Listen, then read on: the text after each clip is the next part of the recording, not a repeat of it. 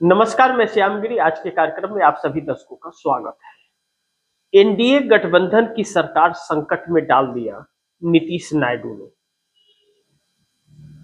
एक ऐसे पचड़े में फंस गई मोदी सरकार, जो इसे निकलना, अब कहते हैं ना कि चक्रव्यूह में फंसने के बाद उसमें से निकलना इतना आसान नहीं होता। फिर उस चक्रव्यूह का ज्ञान होना चाहिए। लेकिन मोदी सरकार जो है वह इन सब चीजों का ज्ञात नहीं है। उसे बस करना आता है और बने हुए काम को कैसे बिगाड़ देना है और धन को कैसे लुटा देना है, यह जानती है भरपूर।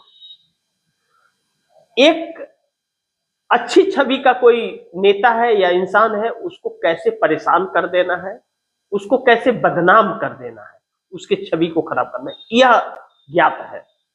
ऐसे में अगर वही संकट में आ जाए तो फिर उससे निकलने का ज्ञात नहीं है, तो फिर उसका क्या हाल होगा? न घर का होगा न घाट का होगा। इस वक्त वही उसी सिचुएशन में और उसी हाल में मोदी और शाह की जोड़ी आकर के खड़ी हो गई। इन लोगों ने कल्पना नहीं की थी कभी।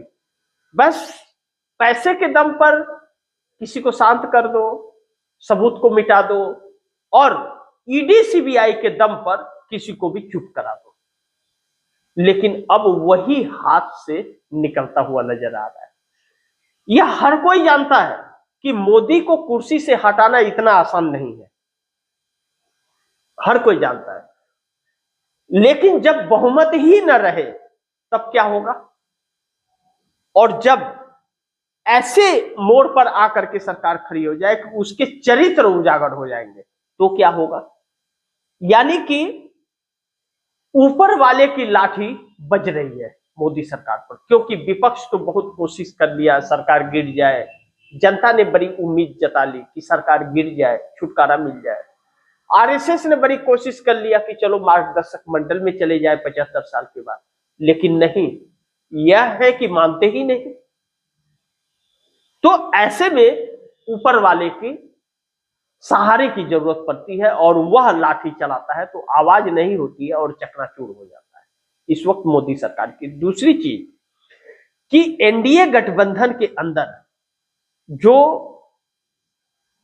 जीतन राम मांझी हैं, उन्होंने शुरुआत कर दी, कहा कि मैं मंत्री पद से इस्तीफा दे दूंगा। किसने? जीतन राम मांझी ने। अगर बिहार में हमें एक राज्यसभा का टिकट हमारे प्रत्याशी को नहीं मिला तो, यानी कि एक राज्यसभा सांसद अपनी पार्टी का जीतन राम मांझी चाहते हैं बिहार में। और जीतन राम मांझी के पास 4 विधायक हैं।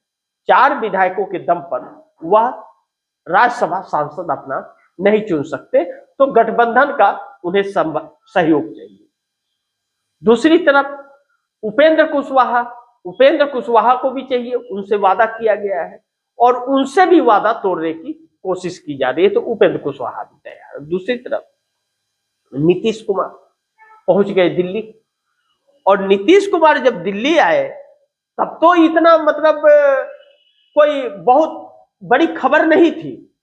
लेकिन जब बात यह निकली कि नीतीश लालू से मिल सकते हैं दिल्ली में और लालू भी दिल्ली में ही है, तब हड़कंप सा मच गया सरकार के अंदर।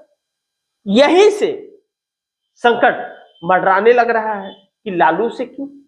यानी कि बिहार के अंदर जो परिस्थितियां हैं, वह परिस्थितियां भारतीय जनता पार्टी को नीतीश का होना जरूरी है, और नीतीश अलग से भारतीय जनता पार्टी को साइड करके अपनी सरकार बनाने के प्लान बी पर फिर काम करने लगे।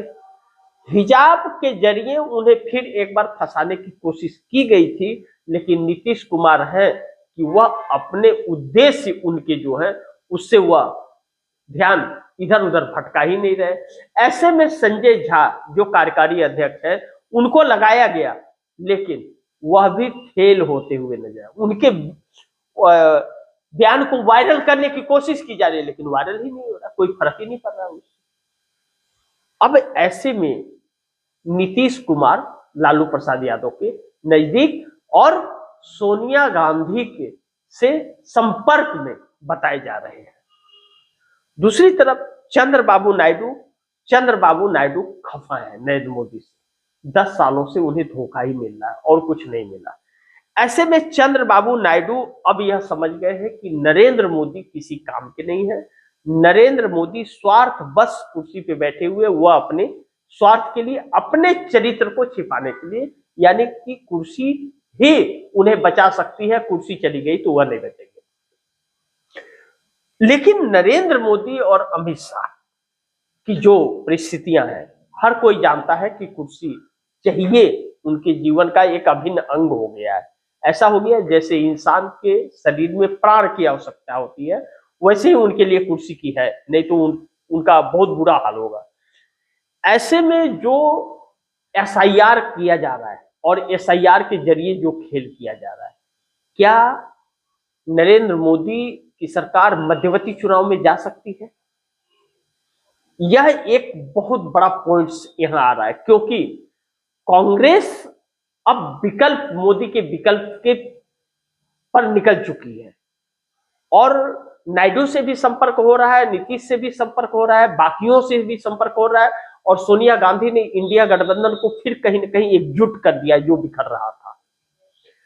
तो अगर इंडिया गठबंधन ने सरकार बना लिया, यही आरएसएस का भी डर है कि अगर सरकार बदल गई तो उसके लिए बहुत संकट खड़ा हो जाएगा, इसलिए वह भाजपा से अपनी दूरी बना रहा है। इसीलिए मोहन भागवत ने बयान दिया कि भाजपा के चश्मे से आरएसएस को ना देखे। तो ऐसे मोड़ पर सरकार जब खड़ी है तो क्या मध्यवर्ती चुनाव के लिए जा सकती है? लोकसभा अगर भंग करती है भारतीय जनता पार्टी और भंग करने की कोशिश करती है तो वह बहुमत साबित करना पड़ेगा और उसके लिए ना तो नीतीश के लोग समर्थन देंगे और ना ही चंद्रबाबू नायडू के, ना ही एकनाथ शिंदे के, ना ही नवीन पटनायक के। यानी कि सरकार लोकसभा भंग नहीं कर पाएगी, सरकार गिर जाएगी उसके पहले अगर लोकसभा भंग करने की कोशिश की तो। और नरेंद्र मोदी के पास इसके अलावा और कोई रास्ता और ऑप्शन नहीं बचा हुआ है।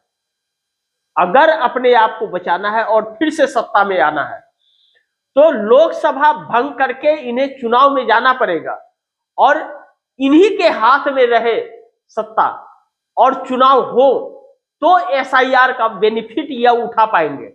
अन्यथा दूसरी सरकार बन गई और वह सरकार चल पड़ी और इन व्यवस्थाओं को बदल दिया, एसआईआर को रद्द कर दिया, महाभियोग ला करके रद्द करके इसे फिर से इंसेटिव रिवीजन अगर करा दिया और सबके नाम चढ़ गए जितने के काटे हैं, तो भारतीय जनता पार्टी को एक एक वोट के लिए तरस जाना पड़ेगा।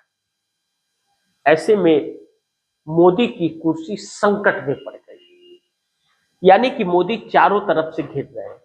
दूसरी तरफ अमेरिका से जो जेफरी एप्स्टीन फाइल की तस्वीरें गायब हो गई थी और ब्लैंक हो गया था, वह तस्वीरें फिर से अपलोड होनी शुरू हो गई तो सरकार की धुगधुगी बढ़ गई। मोदी सरकार की धुगधुगी बढ़ गई, अब इन्हें संकट आ पड़ा है। कुर्सी रह भी गई तो चरित्र उजागर हो जाएंगे, इस बात का खौफ और डर समा गया है। यानी कि उम्मीदों पर पानी फिर गया मोदी के और इंडिया गठबंधन अपने मकसद में कामयाब होता हुआ नजर आ रहा है। नजरें बनाए रखिए, बहुत कुछ तस्वीरें सामने आने वाली है जो आप दर्शकों को चौंकाने वाली होगी। तो इसी के साथ आप दर्शकों से इजाजत चाहूंगा, लेकिन खेल बहुत बड़ा चल रहा है, बहुत बड़ा खेल चल रहा है इस देश की राजनीति में। थोड़ा धैर्य रखिए, बहुत कुछ अच्छा भी होने वाला है। तो इसी के साथ इजाजत चाहूंगा, अगली खबर के साथ फिर हाजिर होऊंगा। लेकिन आप दर्शकों की क्या राय है, क्या सुझाव है, कमेंट बॉक्स में जरूर दीजिएगा। इस खबर को ज्यादा से ज्यादा शेयर कीजिएगा, अपने दोस्तों को भी कहिएगा आगे शेयर करें। आपने अगर चैनल को सब्सक्राइब नहीं किया, सब्सक्राइब कर लीजिएगा, अपने दोस्तों को भी कहिएगा सब्सक्राइब करें। मिलते हैं अगली खबर के साथ, तब तक के लिए नमस्कार।